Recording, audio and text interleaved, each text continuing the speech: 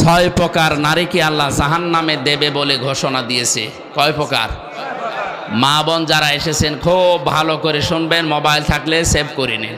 এই ছয় প্রকারের ভেতরে যদি আপনি এক প্রকারেও পড়ে যান, আপনার নামাজ রোজা বোরকা পরা সব মাঠে মারা যাবে, আপনি জাহান্নামে।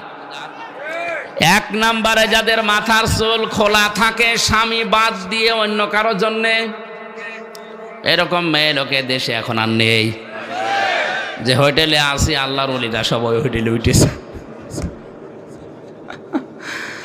একজন মেয়ে লোক যদি চুল খুলে রাখে, শুধুমাত্র খুলে রাখতে পারবে তার স্বামীর জন্যে, স্বামী বাদে পৃথিবীতে কারো জন্য মেয়ে লোকের চুল খুলে রাখা জায়েজ নেই, এমনকি বাবাকেও চুল খুলে দেখানো জায়েজ নেই। এক কথা বুঝতেছেন? একজন মেয়ে লোকের চুল যত তার স্বামী দেখবে, তার চোখের পাওয়ার বাড়বে, তত সওয়াব বেশি পাবে ওই মেয়েটা। এমনকি আল্লাহর নবী জানিয়েছেন, কোন স্বামী যদি স্ত্রীর মাথায় হাত বুলিয়ে দেয়, যতগুলো চুল পড়বে অতগুলো সওয়াব হবে। আর অন্য যত মানুষ এই চুল দেখবে, অতগুলো সাপ আল্লাহ বানিয়ে কবরে পাঠাবে। চুল ওরা দেখায় স্বামীকে না, পরপুরুষকে বেশি। এই জন্য যেই মহিলার মাথার চুল খোলা থাকবে স্বামী বাদ দিয়ে অন্য কারো জন্যে, সে জাহান্নামী।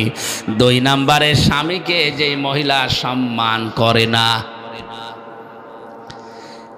তিন নম্বরে স্বামীকে বাদ দিয়ে দেবর ননদ বা অন্য কারো সাথে যারা হাসি তামাশায় লিপ্ত থাকে বেশি সময়, স্বামীর কাছে আসলে মুখ গোমরা হয়ে থাকে। আর যদি দেবর পায়, বলে স্বামী গিয়েছে ঘাস কাটতে, বাগে ধরে খাক, আমার দেওরা বেশি থাকে। একটা কবিতা এরকম পড়েছিলাম কোথায় যেন, তো স্বামী ঘাস কাটতে গেছে মাঠে, ওরে বাগে ধরে খেয়ে ফেলুক, আমার দেওরা বেশি থাক। তাহলে স্বামী বাদ দিয়ে অন্যের সাথে যদি কেউ হাসি তামাশা করে, মজাক করে, ইয়ারকি আড্ডা করে, এই মহিলা জাহান্নামী। চার নম্বরে যে মহিলা অপবিত্রতা থেকে পবিত্রতার খবর রাখে না, শরীর খারাপ হয়েছে কবে যে পবিত্র হবে ওর খেয়ালই নেই, স্বামীর যে হক আছে ওর মনেও নেই। এই জন্য যখনই শরীর অসুস্থ হবে, সুস্থ হওয়ার পর থেকেই নিজেকে পরিষ্কার পরিচ্ছন্ন করে স্বামীর জন্য উপস্থাপন করা লাগবে। 5 নম্বরে মিথ্যা বলে, গীবত করে, এরপর আবার কসম করে কথায় কথায়। মেয়েদের স্বভাব এটা বেশি, ওরা কিছু হলেই কসম কাটে। কসম যদিও কাটে, আবার ছেলের মাথায় হাত দিয়ে স্বামীর মাথায় হাত দিয়ে কসম কাটে। এমনকি কাবা শরীফের ছবি টাঙানো বলে কাবার কসম। দুনিয়াতে একজনের নামে শুধু কসম কাটা জায়েজ আছে, কে? এই বলেন বলুন। আমরা কসম কাটি বড় যে জিনিস, সে জিনিসের উপরে। এ দুনিয়ার সব চাইতে বড়, বলেন বলুন। আর আল্লাহ যখন কসম কাটেন, তখন কসম কাটেন ওই জিনিসের সাথে, যেই জিনিসের সাথে আমাদের জীবনের সম্পর্ক আছে। আমাদের জীবনের সম্পর্ক আছে সময়ের সাথে। কিসের সময় আছে? এই জন্য আমির হামজা আছে, সময় নেই হামজার দাম। এখন যদি আমার সময় শেষ হয়ে যায়, আপনারাও আমাকে নামিয়ে দেবেন। আর আমার জীবনের সময় যদি শেষ হয়ে যায়, আমাকে মানুষ আর হামজা বলবে না, মরহুম হামজা বলবে। এজন্য মানুষের জীবন সংক্রান্ত কথাগুলো বলতে গিয়ে আল্লাহ জানিয়েছেন, ওয়ালা আসরি ইন্নাল ইনসানা লাফি খুসর। সময়ের কসম, জীবনের কসম, হায়াতের কসম, ইতিহাসের কসম। যেহেতু মানুষের এই হায়াত আছে, মানুষ আছে, জীবন আছে, মানুষ আছে, এগুলো না থাকলে মানুষের আর দাম থাকে না। এর সম্পর্ক মানুষের জীবনের সাথে রিলেটেড। এজন্য আল্লাহ মানুষের জীবন সংক্রান্ত কথা বলতে গিয়ে কসম দিয়েছেন হায়াতের, সময়ের। জোরে বলেন সুবহানাল্লাহ। আমরা যেহেতু কসম দিতে পারি শুধুমাত্র আল্লাহ ছাড়া আর কারো নামে না। মা বোন যারা এসেছেন, কসম যদি কাটতেই হয় আল্লাহ নামে কাটবেন। তাছাড়া পৃথিবীর কোনো পীর বাবার নামে, কোরআনের নামে, কাবা শরীফের নামে ছেলের মাথায় মেয়ের মাথায় হাত দিয়ে কসম কাটা জায়েজ নেই। 6 নম্বরে যারা অন্যের সুখ দেখে জ্বলে, যারা অন্যের সুখ দেখে জ্বলে এবং কিছু দান করলেও যারা খোঁটা দেয়, এই 6 প্রকার নারীর কথা মুসলিম শরীফে নবীজি জানিয়েছেন। আশা করছি মা বোন যারা এসেছেন, এই 6 প্রকারের কোনো কিছু যদি আপনার ভেতরে থাকে, আপনি এই মুহূর্তে নিজেকে পাল্টাবেন। 1,14,000 মানুষের সামনে শেষ ভাষণ দেওয়ার সময় নবীজি বলেছিলেন, তারাক্তু ফিকুম আমরাইন, আমি 2টি জিনিস তোমাদের জন্য রেখে গেলাম। লাং তাদিল্লু মজারে, বর্তমান ভবিষ্যৎ, প্রেজেন্ট ফিউচার।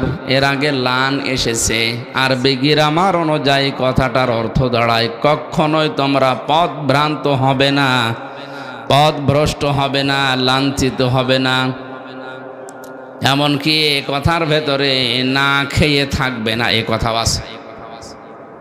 তাদিল্লু শব্দের প্রায় 33টা অর্থ আমি পেয়েছি।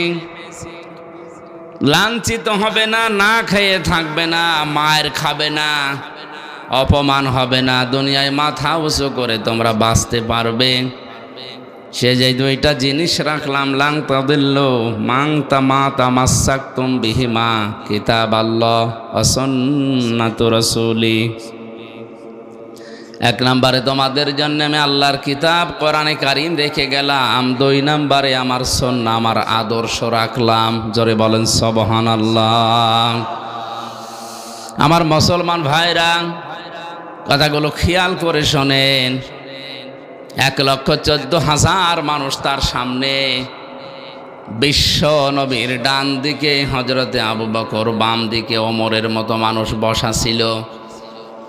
জাবালে রহমত, যেই পাহাড়ের উপরে তিনি দাঁড়িয়ে এই কথাগুলো বলছিলেন, আমি নিজে উঠেছিলাম ওই পাহাড়ে।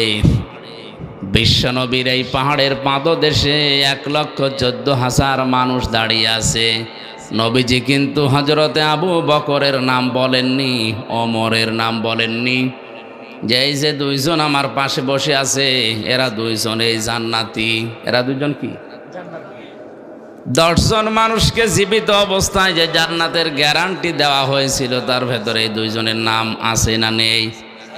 নবীজিকে বলতে পারতেন না, এই যে আবু বকরকে রাখলাম, এই যে ওমরকে রাখলাম, আমার পরে যদি এদেরকে অনুসরণ করো তোমরা জান্নাত পেয়ে যাবে, বলেছিলেন?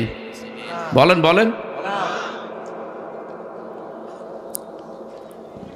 আমি জান্নাতের দিকে যাচ্ছি, আসো আমার সাথে, তোমাদের জান্নাতে নিয়ে যাব। এই কথা শুধু নবীজি একবার বলেছিলেন বদরের ময়দানে যাবার সময়।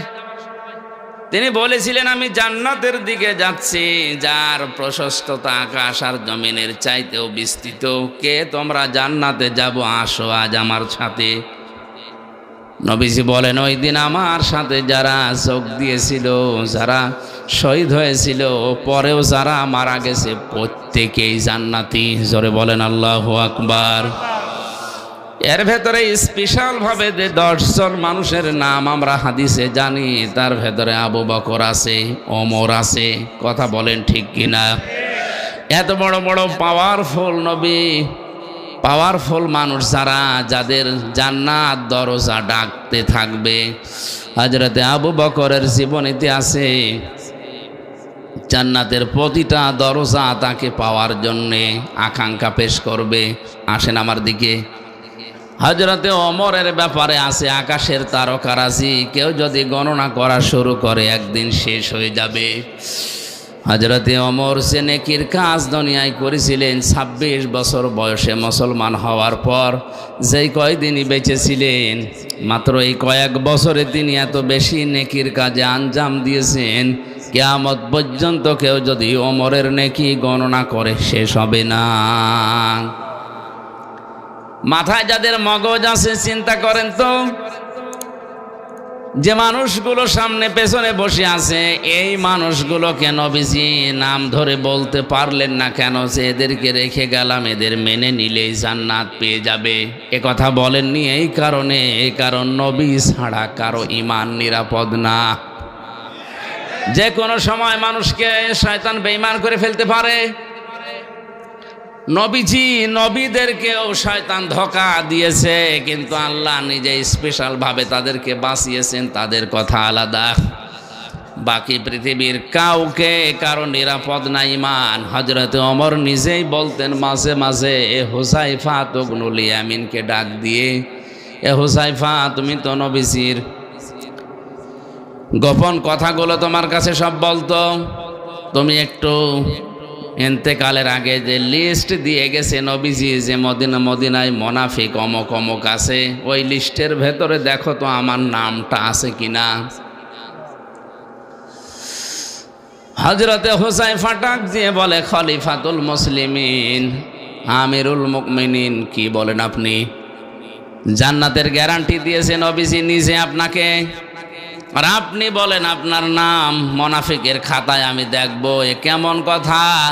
হযরত ওমর চোখের পানি ফেলে দিয়ে বলেন, ভাই হুযায়ফা, আমি নবীজির কাছেই শুনেছি দুনিয়াতে কারো ঈমান নিরাপদ না মরণের আগ পর্যন্ত।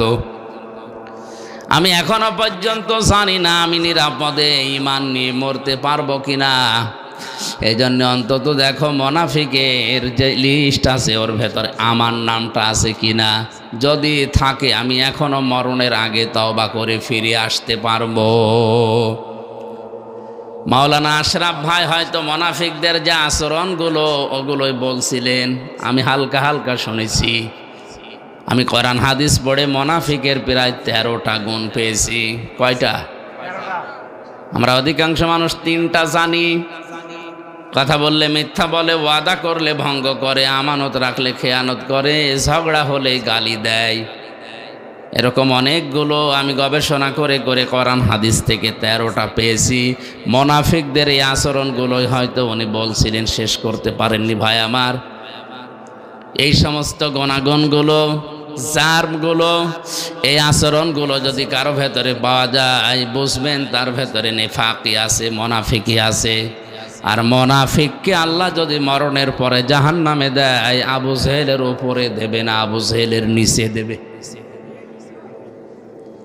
মোনাফিককে আল্লাহ যদি জাহান্নামে দেয়, আবু জেহেলের উপরে দেবে না নিচে? কোথায় আছে? হ্যাঁ, আন্দাজে বলেন আপনি। সূরা নিসা 140 নম্বর আয়াতে আল্লাহ পাক বলেন, ইন্নাল্লাহা জামিউল মুনাফিকিনা ওয়াল কাফিরিনা ফি জাহান্নামা জামিআ। অবশ্যই আমি আল্লাহ জাহান্নামের ভেতরে একত্রিত করব মুনাফিক এবং কাফেরদের। আগে কার নাম বলেন বলেন? আবু জেহেল মোনাফিক ছিল না কাফের? এই আয়াত দ্বারা বোঝা যায় যারা মোনাফিক এরা কিন্তু আবু জেহেলের নিচে থাকবে না, এরা থাকবে উপরে। বলছে ঠিক। আরে ভাই আপনি তো উল্টাপাল্টা বলেন। আবু জেহেল যদি জাহান্নামে পড়ার পরেই থেমে যায়, মোনাফিক থামবে না, একেবারে নিচে থাকবে।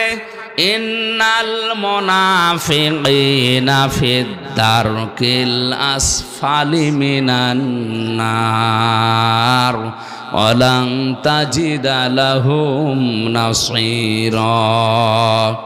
অবশ্যই মুনাফিকদের জায়গা হবে জাহান্নামের একেবারে নিচে।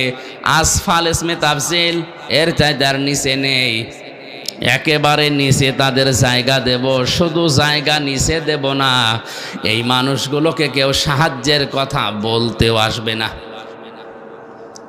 কাফেরদের যত কথা আমি পেয়েছি, কোন কাফেরকে সাহায্য করা হবে না এমন কথা নেই, যদিও তাদেরকেও সাহায্য করা হবে না, কিন্তু ওয়ালাং তাজিদা লাহুম নাসীরা এরকম কঠিন শব্দ নেই।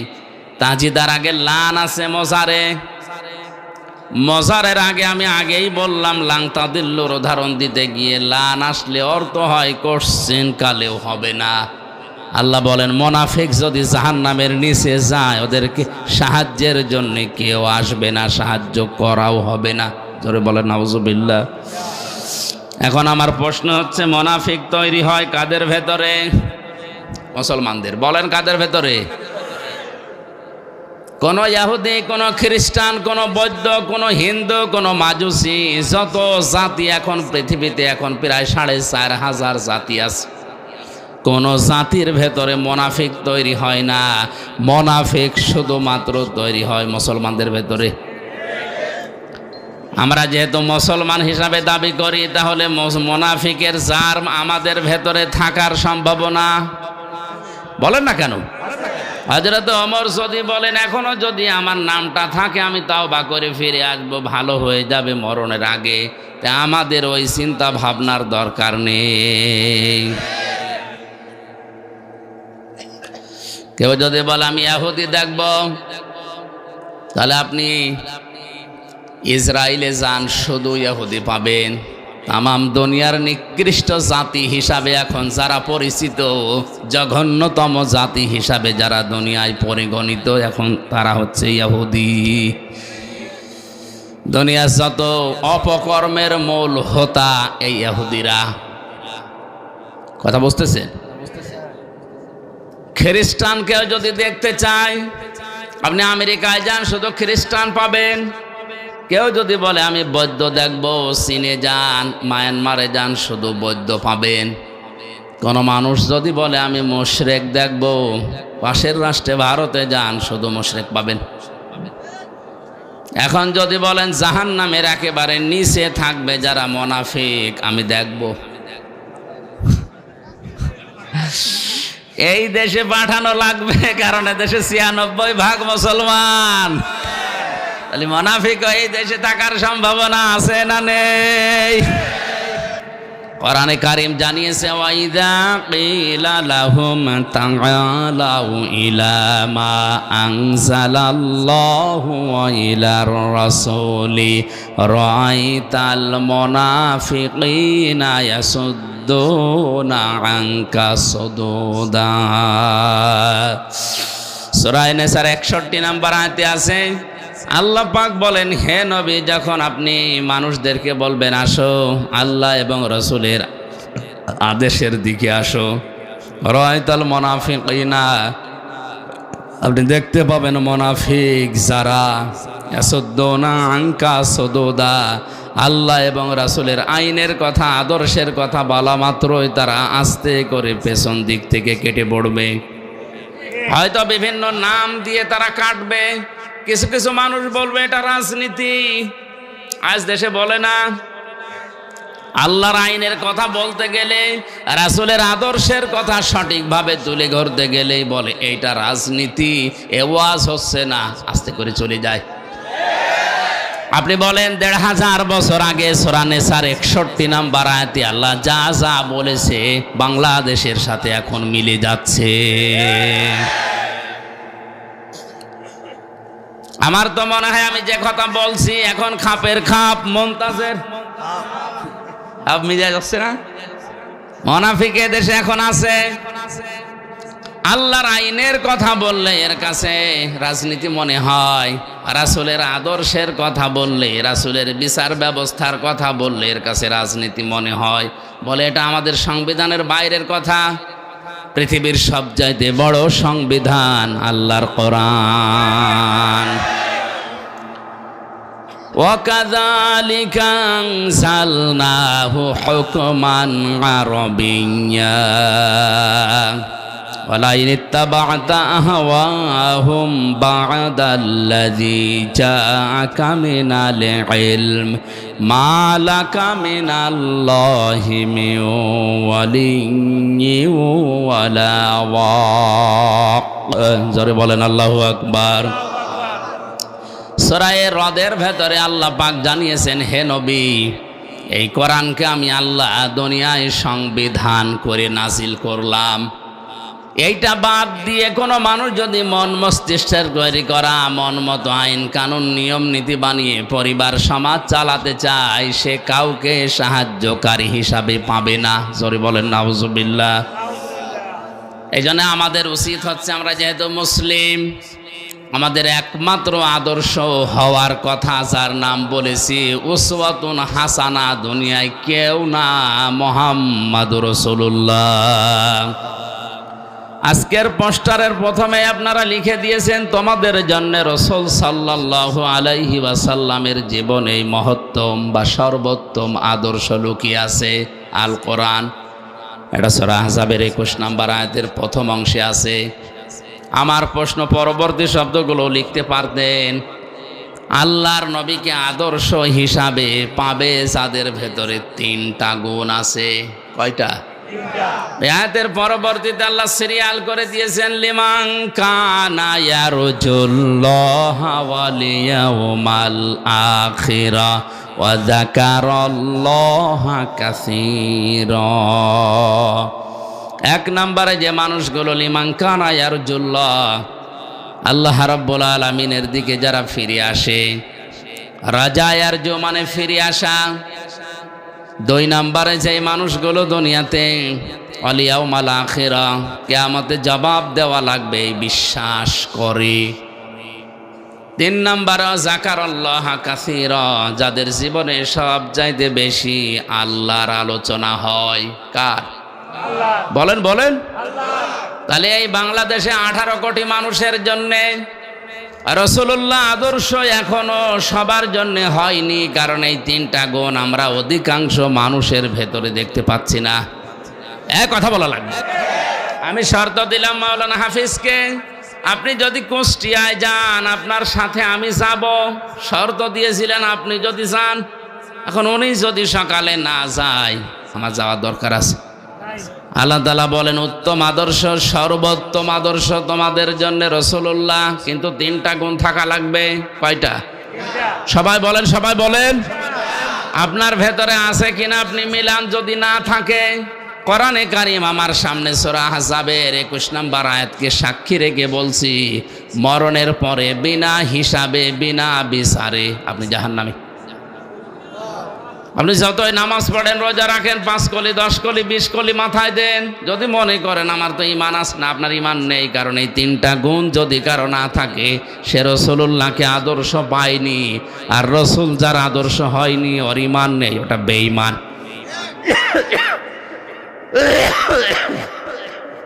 খুব মনোযোগ সহকারে শোনেন। আল্লাহ রাব্বুল আলামিন বলেন, এক নম্বরে যারা সব কাজ আমি আল্লাহর দিকে ফিরে আসার নিয়তে করে, যে কোনো কাজে হাত দেওয়ার আগেই চিন্তা করে আল্লাহ এই কাজে আমার আল্লাহ রাজি আছে তো। আজকে যে গাড়িতে আসলাম, ও লোকটাকে আমি এর আগে কোনোদিন দেখেছি বলে মনে হয় না, কিন্তু যে ভালোবাসা আমার প্রতি দেখিয়েছে, দুনিয়ার স্বার্থ পাওয়ার জন্যে না, এটা আল্লাহর জন্যে। দুনিয়ায় যাকে আপনি ভালোবাসবেন, যাকে এগিয়ে দেবেন, সাহায্য করবেন, লোক দেখানোর জন্য, স্বার্থ পাওয়ার জন্য না। যে মানুষগুলো শুধুমাত্র আল্লাহর জন্য কাউকে ভালোবাসে। দুই নম্বরে ওয়াল ইয়াউমাল আখিরা, কিয়ামতের দিবসে যারা বিশ্বাস করে। সে জন্মের পর থেকে শুনছি কিয়ামত হবে, কিয়ামতের দিন আছে, কিন্তু কিয়ামত যে কি, কিভাবে হবে, কিয়ামতে জবাব দেওয়া লাগবে, এই বিশ্বাস যদি কোনো মানুষের ভেতরে একবার জন্ম হয়ে যায়, ওর জীবন থেমে যাবে। আয়াতের তাফসীর করতে গিয়ে আমি জেলখানার ভেতরে থাকাকালীন ফি জিলালিল কোরআনে পড়েছিলাম। আছেন আপনারা ময়দানে? খলিফাতুল মুসলিমিন হযরত ওমর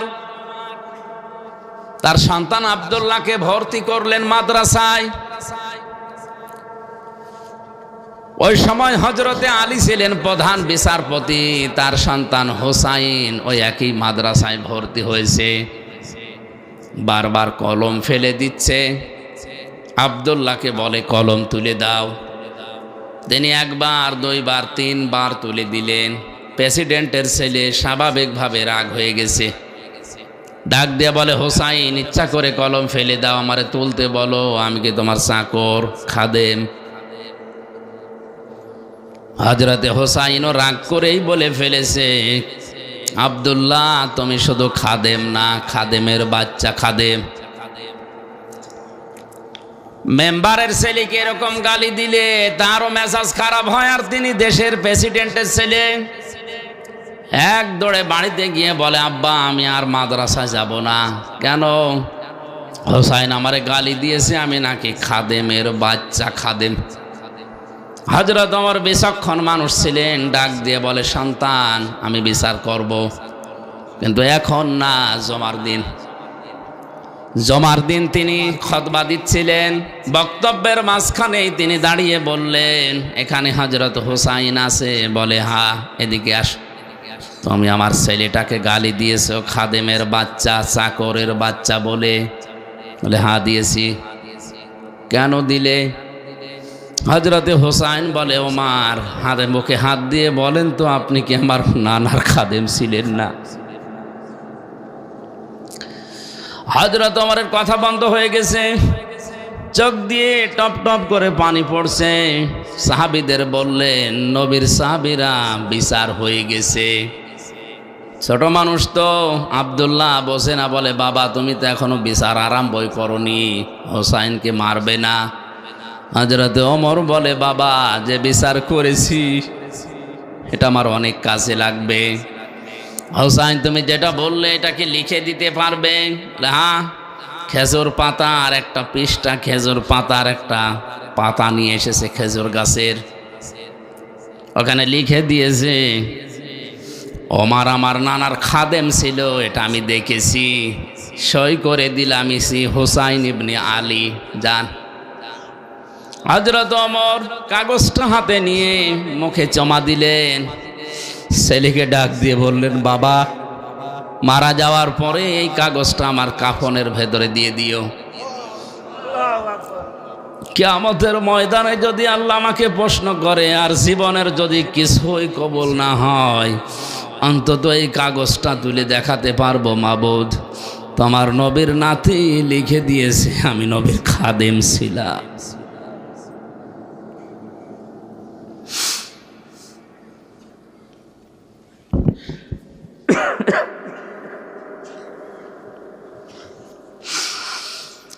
এই ওসিলাই হলেও তুমি আমাকে আজকে মাফ করে দাও। এই ধরনের মানুষেরা কিয়ামতের যে বিশ্বাস, যে ভয় তাদের ছিল, এরপরও একটা দুর্বল হাদিস বলছি শিক্ষার জন্যে। হযরত ওমরেরও আল্লাহর দরবারে নিজের জীবনের মাত্র কয়েক বছরের হিসাব দিতে লেগেছিল প্রায় 12 বছর। ইন্তেকালের পরে প্রায় 12 বছর পার হয়ে গেল। হযরতে আব্দুল্লাহ একবার স্বপ্ন দেখলেন, হযরত ওমর সুন্দর পোশাক পরে নদী থেকে আসতেছে গোসল করে। ডাক দিয়ে বলে, বাবা কোথায় ছিলেন? কতদিন আপনাকে দেখি নাই। হযরতে ওমর বলে, বাবা আজকে 12 বছর আমি দুনিয়ার জীবন ছেড়েছি, মহান আল্লাহ আমার জীবনের হিসাব নিচ্ছিলেন। শেষ পর্যন্ত তিনি আমাকে বলেছে, ওমর তোরে মাফ করে দিলাম।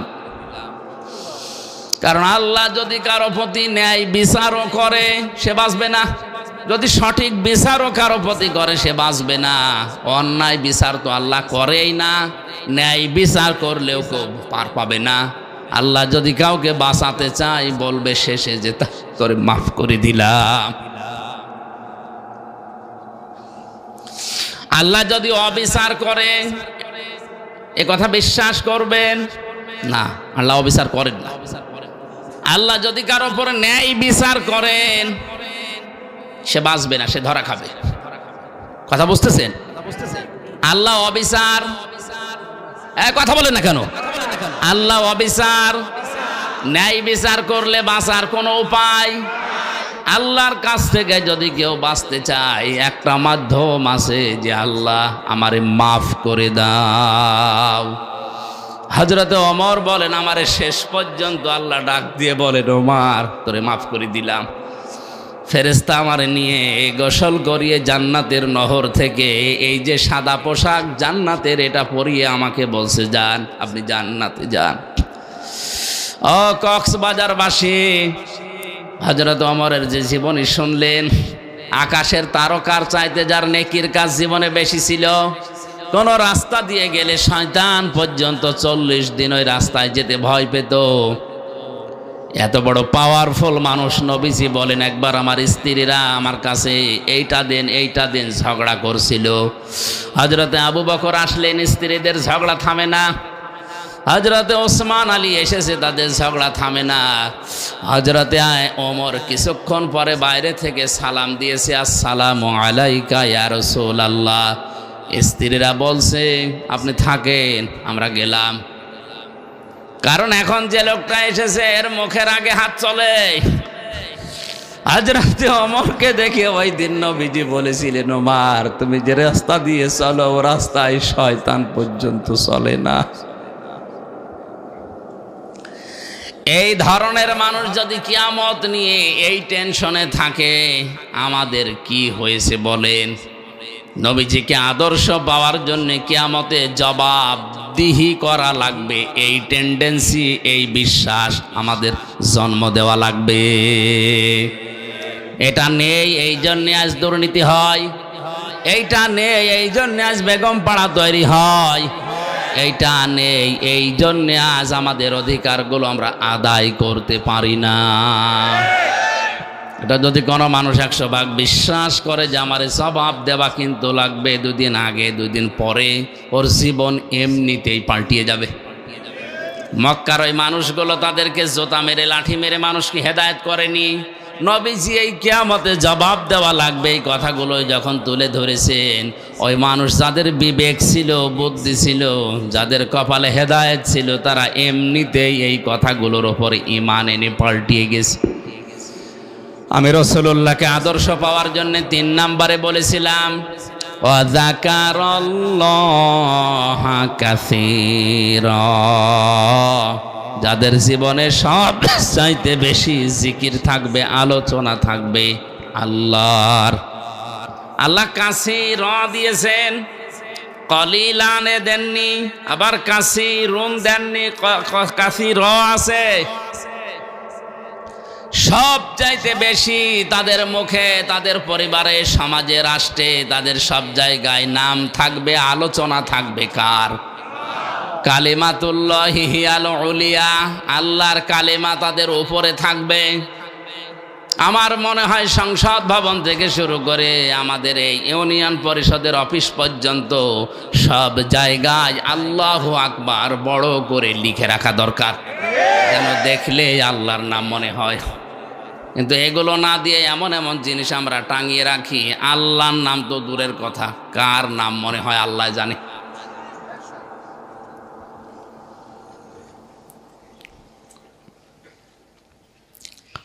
আল্লাহ রাব্বুল আলামিন বলেন, রাসূলুল্লাহকে যারা আদর্শ হিসাবে এই 3টা গুণ অর্জন করে পাবে, বিশ্ব নবী মুহাম্মদুর রাসূলুল্লাহ রাসূলুল্লাহ হওয়ার পর থেকে আতঙ্কে ছিলেন। কিসে ছিলেন বলেন বলেন? 1 থেকে 40 বছর তার সমস্যা হয়নি। 40 থেকে 63, 23 বছরে 82 বার তাকে ডাইরেক্ট হত্যা করার জন্য ইহুদিরা চেষ্টা চালিয়েছে। শুধু চেষ্টাই চালিয়ে শেষ করে দেয়নি, মরণের পরেও তার লাশ পর্যন্ত চুরি করার জন্য তারা ব্যস্ত ছিল। এজন্য ওই 23 বছর রাসূলুল্লাহকে যারা মেনে নিয়েছে তারাও বিপদে পড়েছে। কিন্তু 1 থেকে 40 যারা ওই সময় মেনেছিল, তার সাথে ছিল, তাদের কোনো বিপদ হয়নি। এমনকি পুরো আরব জাহানে তাদের একটা শত্রুও ছিল না। আর রাহিকুল মাখতুম, এই ঐতিহাসিক সিরাত গ্রন্থে আপনি দেখবেন 1 থেকে 40 বছর পর্যন্ত নবীজির পেছনে মানুষ ছিল না, তা না ছিল।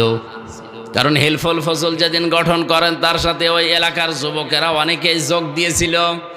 সামাজিক উন্নয়নমূলক অনেক কাজ তিনি এই সংগঠনের মাধ্যমে এলাকায় করতেন।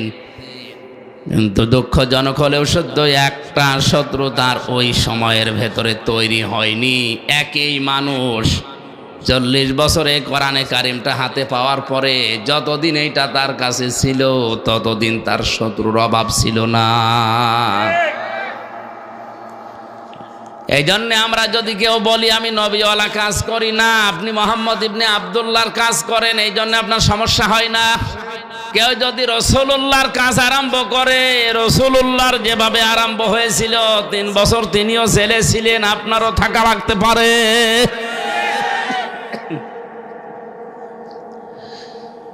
আমাদের উচিত হবে যে আয়াতটা আপনারা লিখে দিয়েছেন, এটা আমাদের বাস্তব জীবনে যদি আমরা সেট করতে চাই, ওই 3টা শর্ত আমাদের মানা লাগবে। এ শর্তগুলো আমার না আল্লাহর? আরো জোরে বলেন কার? আল্লাহ আমাদের মেনে নেওয়ার তৌফিক দিন, জোরে বলেন আমিন। আমার আলোচনার বিষয় বলেছিলেন কোন পাপে কোন গজব। জবান খুলে কোরআনের এই সোনালী আয়াত সূরা রুম 41 নম্বর আয়াতটা পড়েছি, পড়েন। আউযু বিল্লাহি মিনাশ শাইতানির রাজিম। বিসমিল্লাহির রহমানির রহিম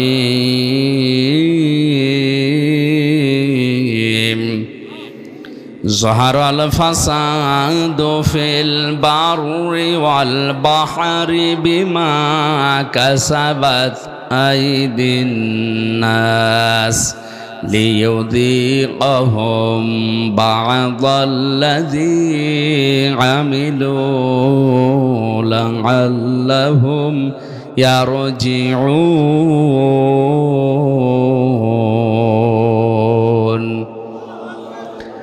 আল্লাহ রাব্বুল আলামিন বলেন, জলে স্থলে যে বিপর্যয়, যে অশান্তিগুলো, যে গজবগুলো দেখতে পাও, এগুলো আমি একটাও দিতে চাই না। এগুলো সব তোমাদের হাতের পাপ কামাই করা ফসল। আমি কেন এগুলো দেই মাঝে মাঝে জানো? অতিবৃষ্টি, অনাবৃষ্টি, মাঝে মাঝে এ জমিনকে ঝাঁকুনি দেই, আমরা যেটা ভূমিকম্প বলে শুনি। এগুলো কেন করি? লিইউযিকাহুম বা'দাল্লাযী আমিলু, তোমরা যে আমল করেছো, কাজ করেছো, আমল আবার দুই প্রকার।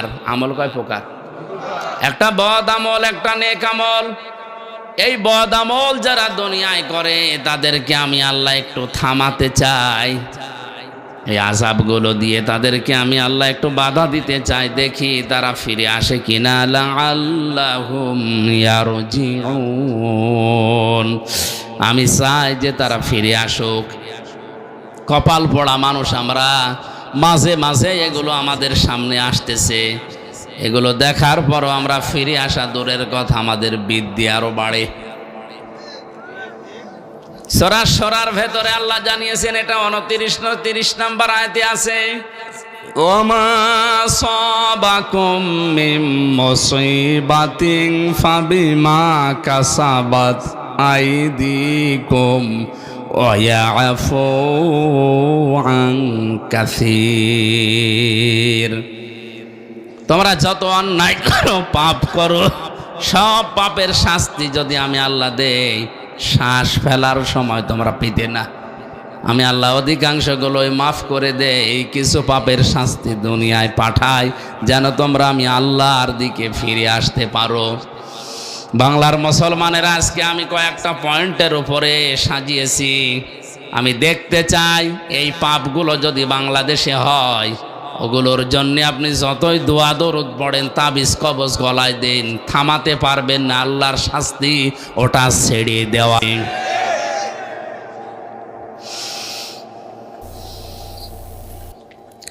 কোরআনে কারিমে সূরা আনকাবুত আয়াত নাম্বার 41 ফাকুল্লান আখাযনা বিযামবিহি ফামিনহুম মান আরসালনা আলাইহি হাসিবা ওয়া মিনহুম মান আখাযাতুহুস সাইহাতু ওয়া মিনহুম মান খাসাফনা বিহিল আরদা ওয়া মিনহুম মান আগারাকনা ওমা কানাল্লাহু লিয়াযলিমাহুম ওয়ালাকিন কানু আনফুসাহুম ইয়াযলিমুন। সুবহানাল্লাহ আলহামদুলিল্লাহ লা ইলাহা ইল্লাল্লাহ। সুবহানাল্লাহ আলহামদুলিল্লাহ।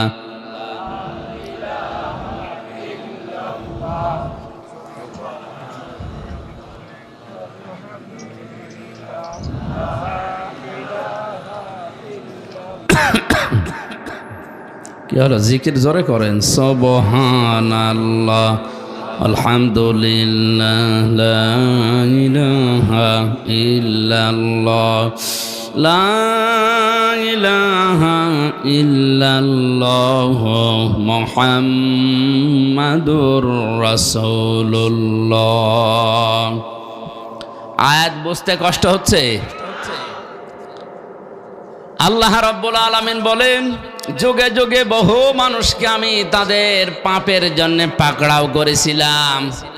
কাউকে আমি ঝঞ্ঝা নামক বৃষ্টি দিয়ে, পাথরের বৃষ্টি দিয়ে, কাউকে ডুবিয়ে,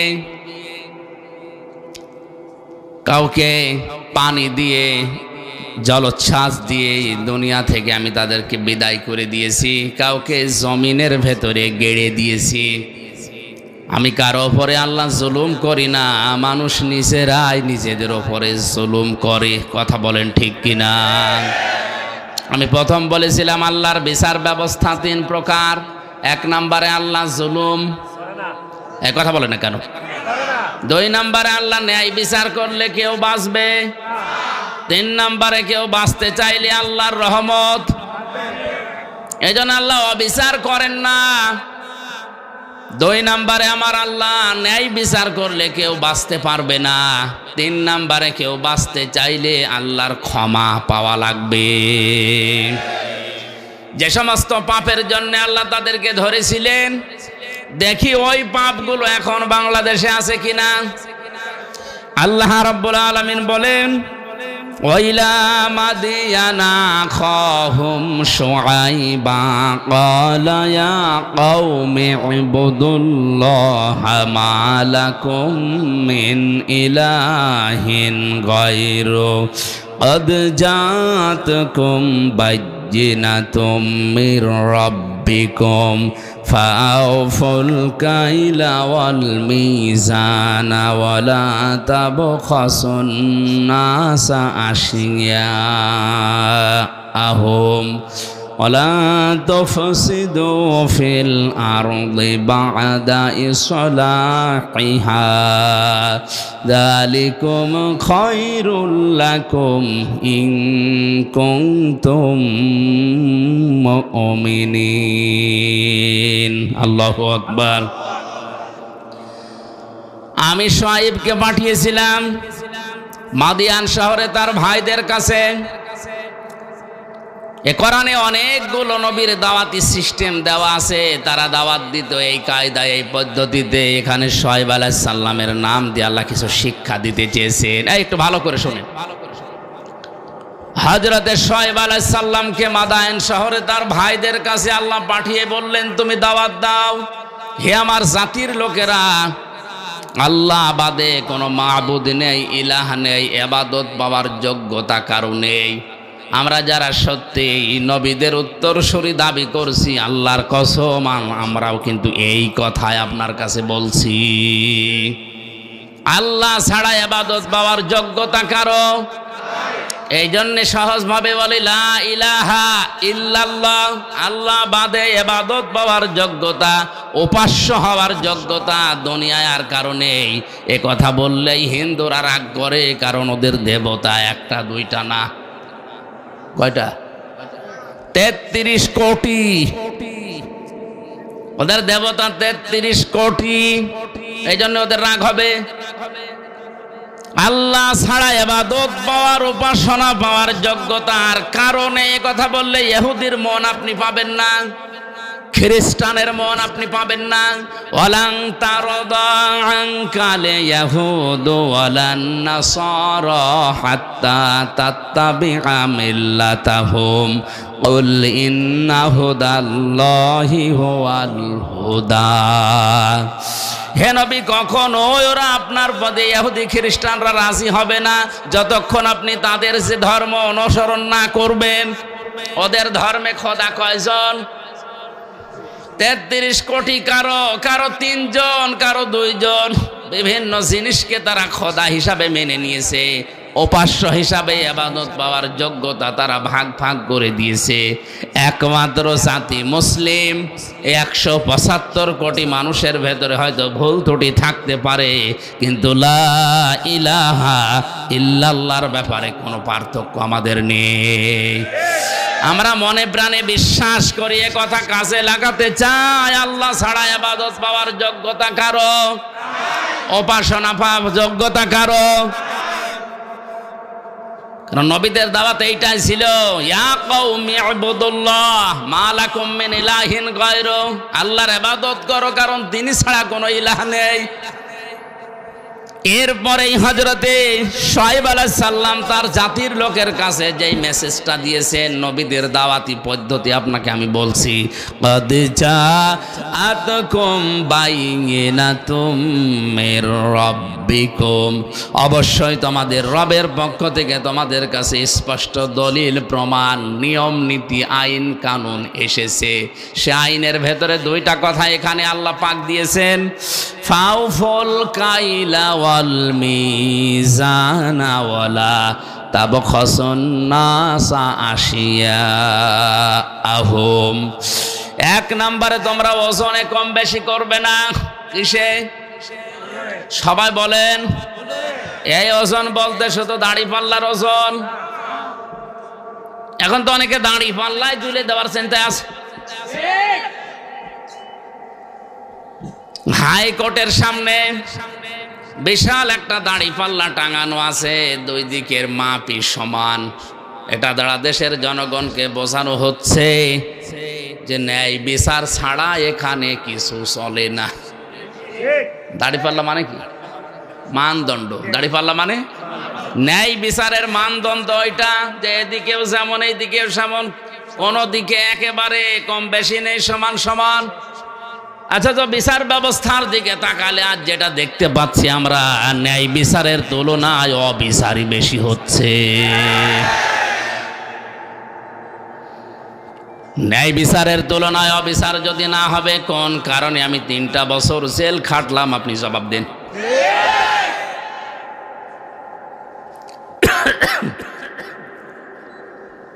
হযরতে শুআয়ব ডাক দিয়ে বলেছিলেন, আমার জাতির লোকেরা তোমরা এই পাপটা ছেড়ে দাও, ওজনে কম বেশি করবা না। কারণ এই পৃথিবীতে আল্লাহ যত মানুষকে লানত দিয়েছেন, বরদোয়া দিয়েছেন, তার পয়লা নম্বরে তারা। ওয়াইলুল লিল মুতাফফিফিনাল্লাযীনা ইযা তালু আলান নাসি ইস্তাওফুন ওয়া ইযা কালুহুম আও ওয়াসানুহুম ইখসিরুন। ধ্বংস হয়ে যাক, বরবাদ হয়ে যাক, আমি আল্লাহর লানত ওই মানুষগুলোর উপরে যারা ওজনে কম বেশি করে। কিসে? বলেন বলেন। এই ওজন বলতে যারা দোকানদার তারা না। এই যে এইটাও এইটাও, এই যে মঞ্চটা, এই যে মেম্বারটা, এটা হক কথা বলার জায়গা। এখানে বসে যারা সঠিক কথাগুলো বলতে চায় না, তারাও কম বেশি করছে। প্রাইমারি স্কুল থেকে বিশ্ববিদ্যালয় পর্যন্ত যারা শিক্ষকতা করছেন, এটা যেহেতু রেকর্ড হচ্ছে, কালকেই তামাম দুনিয়ায় ছড়াবে। আমার বিশ্ববিদ্যালয়ের স্যাররা অনেকে মন খারাপ করে, আমি জানি। আল্লাহর কসম, শিক্ষক যারা আমার মাথার তাজ, আপনাদেরকে আমি ভালোবাসি। আমি কোরআন আপনাদের কাছেই পড়েছি, যতটুকু আমি বুঝেছি। আপনারা ওইভাবে বোঝেন না কেন? প্রাইমারি থেকে বিশ্ববিদ্যালয় স্যার পর্যন্ত যে যতটুকু পেয়েছে, ওজনে কম বেশি করা মানে নেওয়ার সময় বেশি নেয়, দেওয়ার সময়। এদের প্রতি লানত কার? এই কথা বলা লাগবে, লানত কার? বিশ্ববিদ্যালয়ে স্যার হওয়ার জন্য কত জ্ঞান লাগে, এটা আমি নিজে অনার্স মাস্টার্স করতে গিয়ে দেখেছি।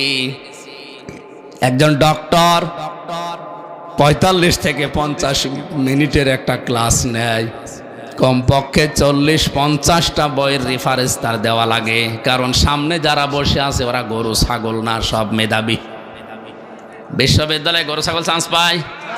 বাংলাদেশের মেধা যাদের বেশি তারাই ওখানে যায়, আর তাদের সামনে বসে 40-45 মিনিট আপনি বক্তব্য দেবেন। সলিমদ্দি কলিমদ্দির মতো না, কোনো কনসার্ট না, এক টান দিয়ে দিলাম, একটা দুলিয়ে দিলাম, হয়ে গেল না। অন্তত বিশ্ববিদ্যালয়ে যারা ক্লাসের মতো ক্লাস নেয়, তাদের 40-50টা বইয়ের রেফারেন্স দেওয়া লাগে। কারণ আমরা জানি ভার্সিটিতে কোনো বই ওইভাবে নেই। স্যারদের লেকচারগুলো থেকে লাইব্রেরিতে হাজার হাজার বই আছে, ওখান থেকে বাছাই করে প্রশ্নের উত্তর তৈরি করা লাগে।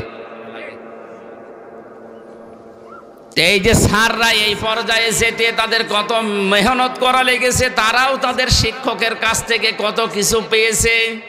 নেওয়ার সময় তারা তো ঠিক মতোই নিয়েছে, কিন্তু দেওয়ার সময় অধিকাংশ স্যাররা আমাদেরকে ওইভাবে দিতে চায় না।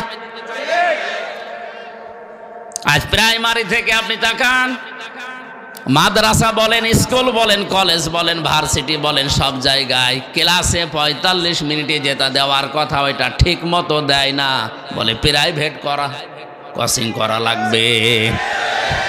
এই যে আপনি নেওয়ার সময় ঠিক মতো নিয়েছিলেন, দেওয়ার সময় ঠিক মতো দিলেন না, এইটাই ওয়াইলুল লিল মুতাফফিফিন। আপনি তো নেওয়ার সময় ঠিক মতোই নিয়েছিলেন, যদি ওইভাবে দিতেন আমার আর প্রাইভেট পড়া লাগতো না, কোচিং করা লাগতো না। বেশি বলে ফেললাম। এইটাই চলছে অধিকাংশ ভার্সিটির স্যাররা, এই রাজশাহী বলেন, কুষ্টিয়া বলেন, বরিশাল বলেন, চট্টগ্রাম বলেন, এই সমস্ত জায়গা থেকে ঢাকায় যে প্রাইভেট ভার্সিটিতে ক্লাস নেয়। তো সরকার আপনারা যেখানে রেখেছে এই জায়গায় আপনি যতগুলো টুকু পেয়েছিলেন ওইটা ডেলিভারি দিতে পারেন না। হযরতে শুআয়ব নবী এই কথা তার জাতির কাছে বললেন যে তোমরা ওজনে কম বেশি করবা না। আলা তাবখাসুন নাসা আশিয়া, এক একটা শব্দের ভেতরে লক্ষ লক্ষ কথা এরকম পয়েন্ট আকারে আছে, যত টানবেন তত বের হবে। আমার শরীরের দিকে, গলার দিকে, আরে ঘড়ির দিকে তাকে আমি খুব তাড়াতাড়ি করছি। ওয়ালা তাবখাসুন নাসা আশিয়াহুম ওয়ালা তুফসিদু ফিল আরদি বা'দা ইসলাহিহা। দ্বিতীয় নম্বরে, দুনিয়াতে শান্ত হয়ে যাওয়ার পরে অশান্তি করার জন্য পায় তারা করবা না, যেটা সবচাইতে বেশি চলছে এই বাংলাদেশে। যালিকুম খায়রুল লাকুম, এইটাই ভালো কাজ। ইন কুনতুম মুমিনিন, যদি মুমিন বলে দাবি করে থাকো, ওজনে কম বেশি করা আজকে থেকেই বন্ধ করা লাগবে। এই ওজনে কম বেশি মানে খাদ্যে ভেজাল দেওয়া আছে, এই কথা বলেন না কেন? আজ হাজারো মানুষ নিজের সন্তান, নিজের বউ, নিজের মা যেগুলো খাবে ওগুলোতে ফরমালিন দেয় না, বিষও দেয় না, ঔষধও দেয় না, ওগুলো দেয় শুধু তাদের যেগুলো অন্যরা খাবে। যারা ফরমালিন দিচ্ছেন, বিষ দিচ্ছেন, ঔষধ দিচ্ছেন, এগুলোর কারণে যে ফলগুলো তরতাজা দেখতে মনে হয়, ধোঁকা খেয়ে আমাদের মতো মানুষ আমরা কিনে নিয়ে আসি, আমাদের কিডনি নষ্ট হয়ে যায়। এক কথা বলেন, এগুলো যারা করছেন ওই ব্যবসায়ীরা, আপনার দ্বারা আমার কিডনি, আমার হার্ট, আমার মস্তিষ্ক নষ্ট হয়ে যাচ্ছে। আপনি মানুষ হত্যা করার গুনাহ কামাই করছেন, আপনার ওপরে আল্লাহর লানত, আল্লাহর বরদোয়া। ও বাংলার মুসলমানেরা, আল্লাহ যদি কাউকে বরদোয়া দেয়, বলেন ওরে কে আর বাঁচাবে? না, এই মুহূর্ত থেকে ওজনে কম বেশি করা, খাদ্যে ভেজাল দেওয়া বন্ধ করা লাগবে। দুনিয়া বেশ শান্ত হয়ে যাওয়ার পরে অশান্তি তৈরি করার জন্য পায় তারা করবেন না, যদি মুমিন বলে দাবি করেন। এরপরে আরো 2টা কথা তিনি বলেছিলেন, নাকি শেষ করে দেব? ওয়ালা তাকউদু বিকুল্লি সিরাতিন তুইদুনা ওয়া তাসুদ্দুনা আন সাবিলিল্লাহ মান আমানা বিহি ওয়া তাবগুনাহা ইওয়াজা ওয়াযকুরু ইয কুনতুম কলিলান ফাকাসসারাকুম ওয়ানজুরু কাইফা কানা আকিবাতুল মুফসিদিন। আরেকটু খেয়াল করেন, আল্লাহ তাআলা বলেন তাদের আরেকটা অপরাধ ছিল, ওয়ালা তাকউদু সিরাত তাকউদু বিকুল্লি সিরাতিন তুইদুনা। ওরা মানুষকে ধরার জন্য বিভিন্ন রাস্তায় বসে থাকতো ওত পেতে। আজ বাংলাদেশে এই গণাটাই 15 বছরে সবচাইতে বেশি বেড়েছে। ওত পেতে থাকে, কখন কারে ধরিয়ে দেওয়া যায়। এ জেলায় মনে হয় এখনো শুরু হয়নি। হয়তো একটু পাড়াপতি হিসাবে হিসাবে রাগারাগি হয়েছে, ঝগড়া হয়েছে, রাজনৈতিক একটা সিল লাগিয়ে তারা গোপনে ধরিয়ে দেওয়ার জন্যে থানায় উনি আগে 10,000 টাকা দিয়ে এসেছে যে অমককে ধরে নিয়ে আসো।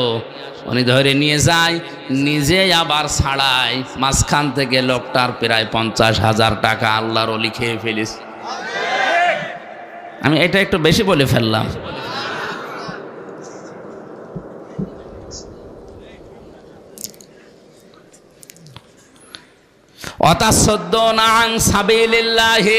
দুই নম্বরে তারা গোনা করত, 4 নম্বর এটা, 4 নম্বরে তাদের অপরাধ ছিল এইটা, ওরা আল্লাহর রাস্তা থেকে মানুষকে সরিয়ে দেওয়ার জন্য বিভিন্ন কায়দা কৌশল কাজ কারবার করত। এত কাজে মানুষ যাচ্ছে, কোনো অসুবিধা নেই, আল্লাহর দিকে আল্লাহর পথের দিকে মানুষ আসলেই বাধা। এই গনাগুলোর জন্য আল্লাহ রাব্বুল আলামিন হযরতে শুআয়ব আলাইহিস সালামের জাতির উপরে যে গজব নাযিল করেছিলেন, এখনো যদি কোনো মানুষ এই কাজ কারবার কোনো বন্ধ না করে, জমিনে ওজনে কম বেশি করা, খাদ্যে ভেজাল দেওয়া, দুনিয়া শান্ত হয়ে যাওয়ার পরে অশান্তি করার জন্য পায়তারা করে বেড়ানো, মানুষকে বিপদে ফেলার জন্য মোড়ে মোড়ে বসে থাকা, এ থোকায় থোকায় শব্দটা আছে। অলা তাকউদু বিকুল্লি সিরাতিন তুইদুনা ওয়া তাসুদ্দুনা আন সাবিলিল্লাহ। তোমরা বসে থেকো না মানুষকে ধরিয়ে দেওয়ার জন্য, বিপদে ফেলার জন্য কোন রাস্তার মোড়ে মোড়ে গোপনে, কিচ্ছু জানে না, ঘরে ঘুমিয়ে আছে, চোখ খুলে দেখছে জেলখানায়। কি গো, তুই গাছ কেটেছিস, তুই গাড়িতে আগুন লাগিয়েছিস, অথচ কিচ্ছু জানে না। 2-1 দিন ঠিক ওইভাবেই কেটে যাচ্ছে, চোখ খুলে আবার দেখছে বাড়িতে। কি গো, খোঁজ নিয়ে দেখা গেল বাড়ি থেকে প্রায় 2 লাখ টাকা চলে গেছে। এইটা যদি কেউ বন্ধ না করে, আমার আল্লাহ তাদের উপরে মাঝে মাঝেই ভূমিকম্প দেয়। রানা ফেলা যায় এমনি ঢসে পড়েনি। অনেকেই বলেছিল যে মনে হয় অনেকে এই ধাক্কা দিয়ে ফেলে দিয়েছে। আরে ভাই, ধাক্কা দিয়ে বিল্ডিং ফেলে দেওয়া, আপনি ফেলেন তো দেখি।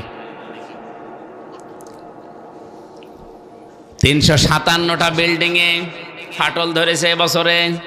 সারা বাংলাদেশের জরিপ, 357টার উপরে বিল্ডিংয়ে অলরেডি ফাটল ধরে গেছে। পানির স্তরগুলো, এই লেয়ারগুলো নেমে যাচ্ছে। কুল আরাআইতুম ইন আসবাহা মাউকুম গাওরান ফামাইয়াতিকুম বিমাইম মাঈন। হে নবী, আপনি ওদেরকে বলেন তো, আমি যদি পানির লেয়ার নিচে নামিয়ে দেই, দুনিয়ায় কে আছে তোদেরকে পানি দেবে? কে বলছে? এই জন্য আমাদের উচিত হচ্ছে এই অপরাধগুলো যারা করছি বন্ধ করি, নয়তো যতই দোয়া দরুদ পড়েন, তাবিজ কবজ লাগান, কাবার ইমাম এনে দোয়া করালেও ভূমিকম্প বন্ধ করতে পারবেন না। কারণ 1500 বছর আগে কোরআনে আল্লাহ এই কথাগুলো জানিয়েই দিয়েছেন। আসাব গজব গুলো আসে এমনিতেই না। কক্সবাজারে তো আমার মনে হয় এই 2-3 দিন আসার পরে আমি যেটা দেখতে পাচ্ছি, যেভাবে ঢেউগুলো আসতেছে সাগরে, 10 হাত 15 হাত 20 হাত উঁচা হয়ে ঢেউ আসবে, আল্লাহর নির্দেশ শুধু লাগবে। আল্লাহ এটা পারে না। আল্লাহ যদি একবার বলে 40 হাত উঁচা হয়ে ঢেউটায়, তাহলে এ জেলা না, এ দেশ পুরা পানির নিচে চলে যাবে। আল্লাহ এটা করতে 10 বছর লাগবে। ইন্নামা আমরুহু ইযা আরাদা শাইআন আইয়াকুলা লাহু কুন ফায়াকুন। আল্লাহ পাক বলেন, আমি যখন কোনো কাজের আদেশ করি তখন কিছুই লাগে না, শুধু কোন বলি, ফায়াকুন, এটা হতে 1 সেকেন্ডও সময় লাগে না। এজন্য আমাদের উচিত আমাদের পাপের কাজগুলো ছেড়ে দেওয়া, থেমে যাওয়া। আমি মুসলিম শরীফ থেকে একটা হাদিস আসার সময় পড়ছিলাম, ছয় প্রকার নারীকে আল্লাহ জাহান্নামে দেবে বলে ঘোষণা দিয়েছে। কয় প্রকার? মা বোন যারা এসেছেন খুব ভালো করে শুনবেন, মোবাইল থাকলে সেভ করে নিন। এই ছয় প্রকারের ভেতরে যদি আপনি এক প্রকারেও পড়ে যান, আপনার নামাজ রোজা বোরকা পরা সব মাঠে মারা যাবে, আপনি জাহান্নামে। এক নম্বরে যাদের মাথার চুল খোলা থাকে স্বামী বাদ দিয়ে অন্য কারো জন্যে, এরকম মেয়ে লোকে দেশে এখন আর নেই। যে হোটেলে আসি আল্লাহর ওলিরা সব ওই হোটেলে উঠেছে। একজন মেয়ে লোক যদি চুল খুলে রাখে, শুধুমাত্র খুলে রাখতে পারবে তার স্বামীর জন্যে, স্বামী বাদে পৃথিবীতে কারো জন্যে মেয়ে লোকের চুল খুলে রাখা জায়েজ নেই, এমনকি বাবাকেও চুল খুলে দেখানো জায়েজ নেই। এক কথা বুঝতেছেন? একজন মেয়ে লোকের চুল যত তার স্বামী দেখবে, তার চোখের পাওয়ার বাড়বে, তত সওয়াব বেশি পাবে ওই মেয়েটা। এমনকি আল্লাহর নবী জানিয়েছেন, কোন স্বামী যদি স্ত্রীর মাথায় হাত বুলিয়ে দেয়, যতগুলো চুল পড়বে অতগুলো সওয়াব হবে। আর অন্য যত মানুষ এই চুল দেখবে, অতগুলো সাপ আল্লাহ বানিয়ে কবরে পাঠাবে। চুল ওরা দেখায় স্বামীকে না, পরপুরুষকে বেশি।